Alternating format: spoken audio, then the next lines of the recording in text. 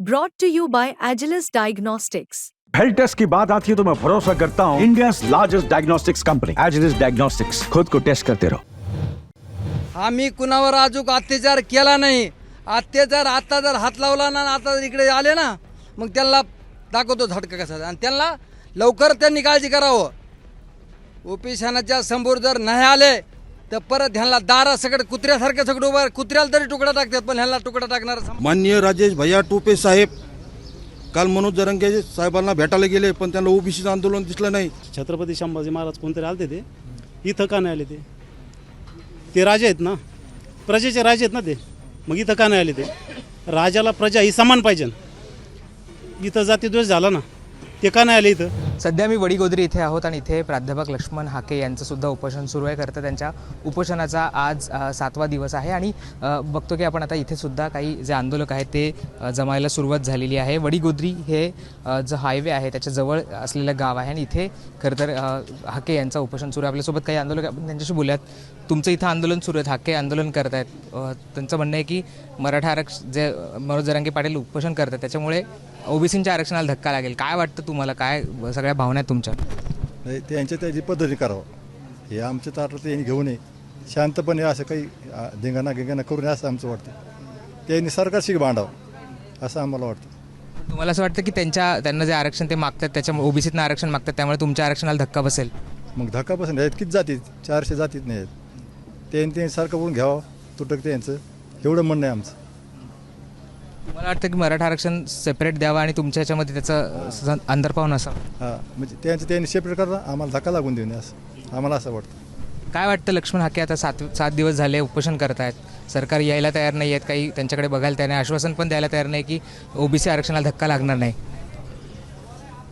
वडीगोद्री येथे लक्ष्मण हाके साहेब आणि आबासाहेब वाघमारे यांच्या नेतृत्वाखाली सध्याला उपोषण चालू आहे। आमचं एवढंच म्हणणं आहे की आमच्या कुठल्याही आरक्षणाला धक्का न लागता तुम्ही त्यांचे जे काय म्हणणं असेल त्यांचे ते तुम्ही हे करून घ्या, पण आम्हाला कुठला त्रास होणार नाही असे सरकारने थोडेसे हे भूमिका घ्यावी। आणि सरकार जे समजा कुठल्या तरी एका जातीच्या याच्यावरती हे करून जर समजा एक साईडचीच बाजू घेत असेल तर हे थोडंसं लोकशाहीला न शोभणारी गोष्ट आहे। ओबीसी समाजाचा महाराष्ट्रामध्ये मतदार आहे की नाही असं आज तरी सरकारचे जे लोकप्रतिनिधी आहेत त्यांच्या वागण्यावरून वाटतंय। कारण की आज 7 दिवस झाले इथं एकही लोकप्रतिनिधी आमच्या उपोषणाकडे यायला म्हणजे आलेलं नाही, याचं थोडं दुःख वाटतं। तर आज काही कालांतराने थोडासा म्हणजे जरा चांगलाच विचार करण्याची गरज आहे की ओबीसी बांधवांनी थोडा त्रास तर झालाच ओबीसी बांधवांना। ते मनोज जरांगे म्हणतात की आमचं ओबीसीमधनंच आरक्षण आहे, तुमच्या आरक्षणाला काही धक्काच लागत नाही, आम्ही ओबीसीच आहोत।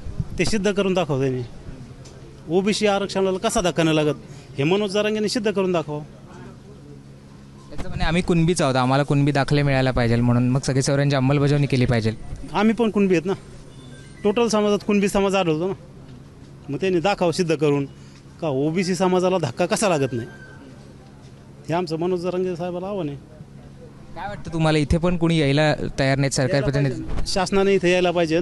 शासनाच्या टोटल माणसांना हे आमदार खासदार कोणी असतील प्रतिनिधी यांनी टोटल माणसांनी इथे यायला पाहिजे। ओबीसीच्या नेत्यांना आवाहन करतो आम्ही का तिकडं छत्रपती संभाजी महाराज कोणतरी आलते ते इथं का नाही आले? ते राजे आहेत ना, प्रजेचे राजे आहेत ना ते, मग इथं का नाही आले? ते राजाला प्रजा ही समान पाहिजे। इथं जातीद्वेष झाला ना, ते का नाही आले इथं? छत्रपती शिवाजी महाराजांना कधी जातीद्वेष केला का ह्या महाराष्ट्रात? मग ते इथं का नाही आले? तुमची इच्छा होती की संभाजीराजांनी इथे यायला हवं? यायलाच पाहिजे होतं, 100% यायलाच पाहिजे होतं इथं। 18 पगडदार 12 बरुद्दार शिवाजी महाराजांनी टोटल समाज हाताखाली धरून स्वराज्य स्थापन केलेलं आहे। मग संभाजीराजांनी जातीवाद काय केला इथं? त्यांनी इथं यायलाच हवं होतं। बाबा कुठनं आलं तुम्ही? गेवरावरनं। काय वाटतं तुम्हाला? इथं उपोषण सुरू आहे, सरकारचं कोणी येत नाही, तिथं जरांगे म्हणतायत की आमचं आरक्षण ओबीसी मधनंच आहे, आम्हाला तेच द्या। 7 दिवस उपोषणाला बसलेला. तिकडे चक्रा मारते, हां येडे मारते, हां काय करते? पुढारी कोण आहे? मंत्री कोण आहे? आमदार कोण आहे? हां रात्री टोपे साहेब गेले तिथं, हां राजे गेले, हां काय काय चालू आहे राज्यामध्ये? काय महाराष्ट्रामध्ये चालू आहे? मुख्यमंत्री तिकडे येडे घालते, माणसं पाठवत आहे, हां त्याला दिसत नाही का? झोपला काय ते? हां ओबीसीकडे ओपनच्या ते जरांग्याच्या ह्याच्यावर टेजवर जातोय, बसतोय, सगळे लोक हे करतात, इकडे येऊन गोंधळ पिऊन खाऊन लोकांना पाठवत आहे. काय चालू राज्यामध्ये? हां ही गोंधळ चालत असते का? हा मी कुणावर अजून अत्याचार केला नाही. अत्याचार आता जर हात लावला ना, आता जर इकडे आले ना, मग त्यांना दाखवतो झटका कसा, आणि त्यांना लवकर त्यांनी काळजी करावं. ओपिशानाच्या समोर जर नाही आले तर परत ह्यांना दारा सगळं कुत्र्यासारखं सगळं उभं, कुत्र्याला तरी तुकडा टाकतात, पण ह्यांना तुकडा टाकणार समाज नाही. तुम्हाला वाटतं की ओबीसी आरक्षणाला धक्का लागेल त्यांच्या मागणीमुळे? धक्का लागेल म्हणजे धक्का लागायचं का? 54 लाख प्रमाणपत्र काढले, हे रद्द करा म्हणले होते. पाठीमागे त्यांनी सांगितलं होतं प्रमाणपत्र रद्द करतो आम्ही. कधी रद्द करतोय? हां रद्द करायचा टाईम कधी आहे? हां 4 महिने जर झोपते, हे जर मंत्रालयात बसून तिकडे बसून राजकारण इलेक्शनचं पडलं त्यांना, इलेक्शन काय करतात?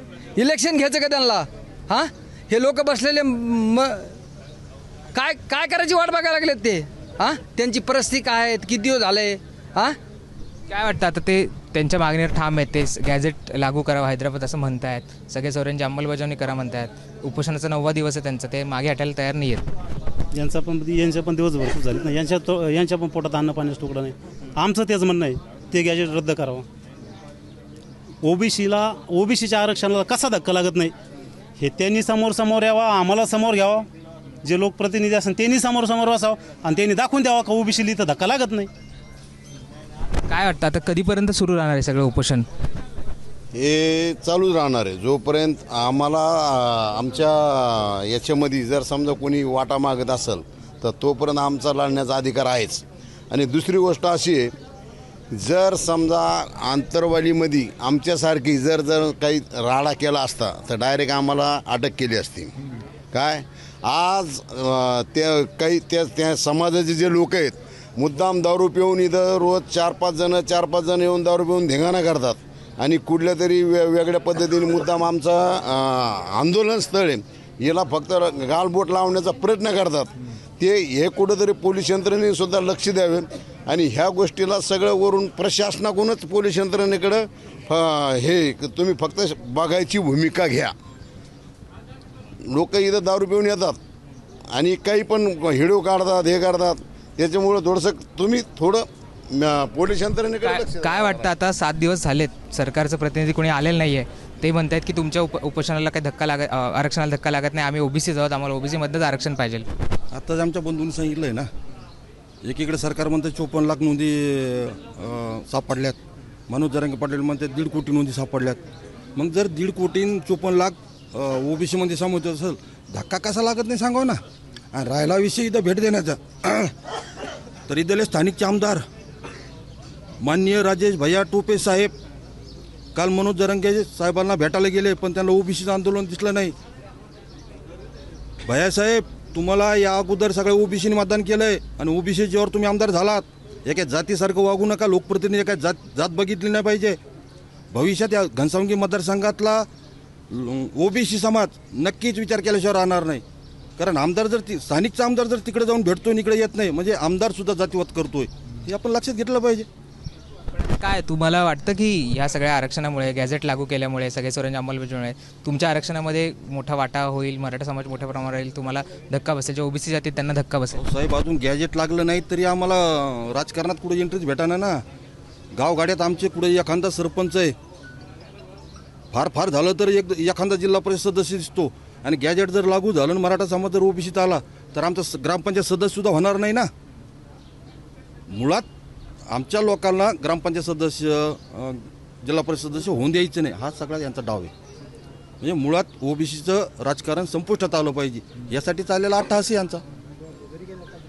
आपण बघितलं तर ओबीसीचं राजकारण संपवायचा प्रयत्न आहे असं सगळ्या आंदोलकांचं म्हणणं आहे. आज आंदोलनाचा 7वा दिवस आहे आणि त्या सगळ्यांना समर्थन देण्यासाठी हे सगळे आंदोलक आता वडीगोद्रीमध्ये आलेले आहेत. माझा सहकारी गौरव साळीसह राहुल गायकवाड, वडीगोद्री, मुंबई तक.